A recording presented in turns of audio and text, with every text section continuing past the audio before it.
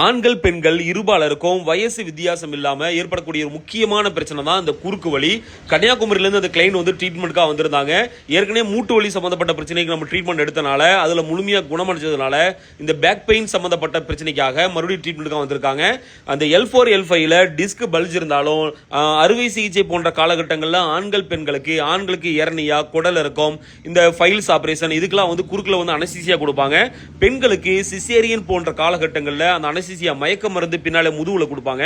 அது பெரிய ஒரு ஊசியா இருக்கும். அந்த மயக்க மருந்துடைய பின்வெளியினால் ஏற்படக்கூடிய அந்த குறுக்கு வலிக்கு ஹிஜாமா நோய் சார்ந்த சிகிச்சையில மிக மிக இலகுவான முறையில் சரி பண்ணிட முடியும். சியாட்டிகா நரம்பிழுத்தல் வலி, பெட்டக்ஸ் மேல் பகுதியிலிருந்து அந்த பெட்டக் வழியா தொட வழியா கீழ் வரைக்கும் கூட அந்த வலி வரும். இது சியாட்டிகா நரம்பு இழுத்தல் வலின்னு சொல்லுவோம். அந்த வலிகளுக்கும் சரி, பேக் பெயின் அந்த கடுமையான பெட்டக்ஸ் அந்த பிட்டப்பகுதிக்கு நடுப்பகுதியில் சர்விக்கல் ஸ்பாண்டிலாசிஸ் பகுதியில் வலி கடுமையா இருக்கும்.